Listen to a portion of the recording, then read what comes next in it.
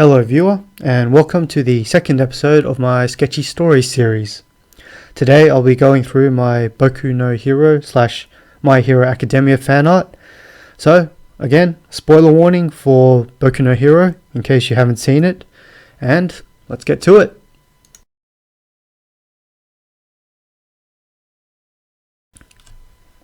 I drew this piece because of how much I enjoyed the UA tournament arc, technically the final act of the UA Sports Festival arc. The end result was a simple but clever subversion in which Bakugo ultimately became the winner, as opposed to normal tournament arcs where the shonen main character, Midoriya, usually wins these sorts of things.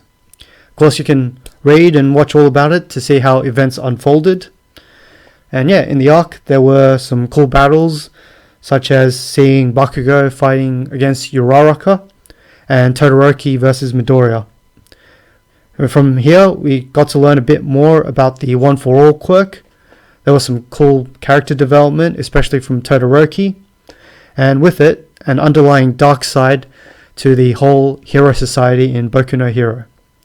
Specifically, there's that whole issue with Endeavor's obsession of trying to become the #1 hero, and there's also the backstory of Hitoshi's bad treatment because of how his quirk ability works, which also alludes to the dark side of the hero society. Despite all these cool revelations, the standout event for me was seeing Bakugo violently squirming around after being tied to a mast when All Might was presenting him his first place medal for winning the tournament. I thought it was funny. I appreciated Bakugo's character more and can empathize with why he reacted that way. In my opinion though, full disclosure, Bakugo is a bit too much of a dick, takes one to know one, but in this instance I do like that he is shown with a strong sense of honor and integrity. For context, he did win fairly under the rules of the tournament, but his finals opponent, Todoroki, wasn't fighting at full power, so to speak. And to be clear, Todoroki was at least physically capable of fighting at full power at the time, but he just chose not to do it. To add to this frustration, Todoroki was shown using his full power previously against Deku in the tournament. And there's this whole rivalry between Bakugo and Midoriya, where Bakugo does constantly compare himself against Midoriya. So from here it makes sense Bakugo may feel insulted that Todoroki would use his full power against Midoriya, but not against him. Of course, from what I can tell, in Todoroki's point of view, he probably didn't want to use his full power to win because of his terrible relationship with Endeavor, his dad, who's also a dick at this point in time. Again, takes one to know one. Of course, check out the manga or anime to better understand the context behind this.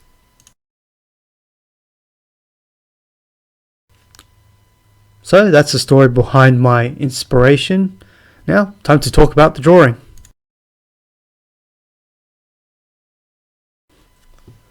I kept the aesthetic of Bakugo being tied to the mast because I liked it in the manga and anime, so I kept it here.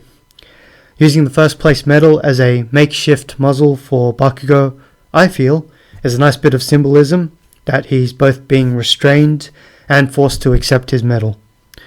Of course, a muzzle is not enough for restraining Bakugo, so I drew in the cloth in likeness to Aizawa's memory cloth that ties Bakugo to the mast by the torso. It makes sense to me in world that Aizawa would be the one, or at least one of the pro heroes, to restrain him because of his proficiency with the memory cloth and his quirk cancelling ability. He's also the homeroom teacher for Bakugo's class 1A, so there's some connection there as well. I decided to draw Bakugo with his hero costume to add a unique flair to the drawing in the context of the situation where students were wearing their sports uniforms in the tournament. I had Bakugo blasting with his grenade arms to 1. Avoid drawing hands, and also to show him raging about the event. The frown mark, flaming eye, and sharpened teeth were all drawn in as well to further show his anger, which I feel also matches with Bakugo blasting his hands in the drawing. The sky in the background was to imply everyone had left the event and Bakugo was still there to try and calm himself down. Also, it was easier than drawing background spectators, so yay. So my slogan, Bakugo, he's the bomb, I feel is fitting, given that Bakugo's quirk is explosion, and his explosive personality matches it. Being the bomb is usually used as a compliment, so it still pays respect to Bakugo, regardless of whatever your opinion is towards that character. And the slogan originally started with a question, and then delivered the punch line, which was the common theme for my earlier drawings. The original question was something along the lines of, how did Bakugo go in the UA tournament? And the answer I gave was, he got first place, he was the bomb. Of course, this slogan was too wordy, so just having Bakugo, he's the bomb, was the more fitting choice.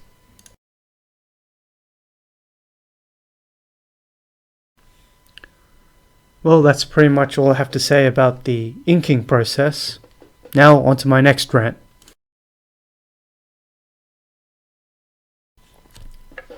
Alas, not everything is perfect, and I'm willing to admit I did bomb out on a few things.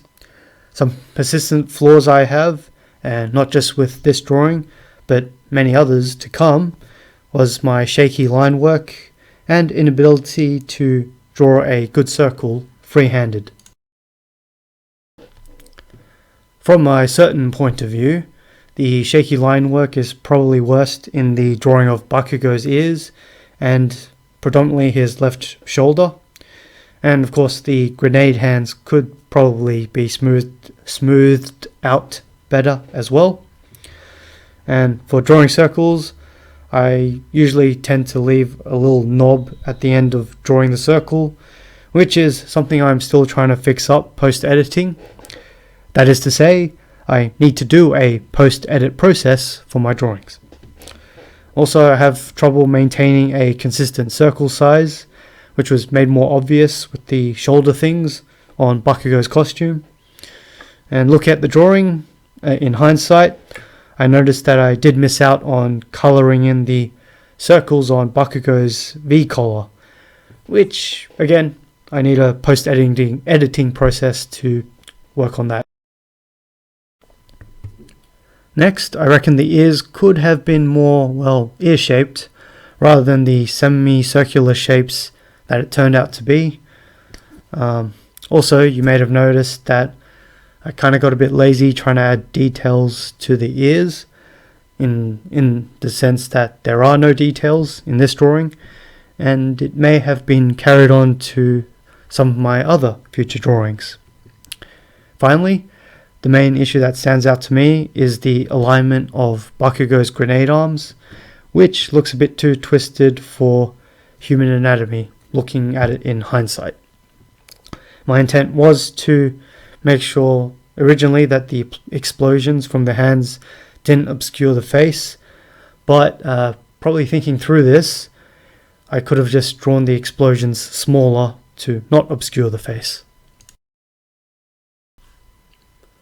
Despite all this, I am happy with how the hair turned out, and the flaming eye, while could have probably been drawn to look more wild, still looks good here in my opinion. I'm also pleased with how I drew the metal strap getting thinner in Bakugo's mouth with his sharpened teeth biting on it. So overall, I would say a job good enough.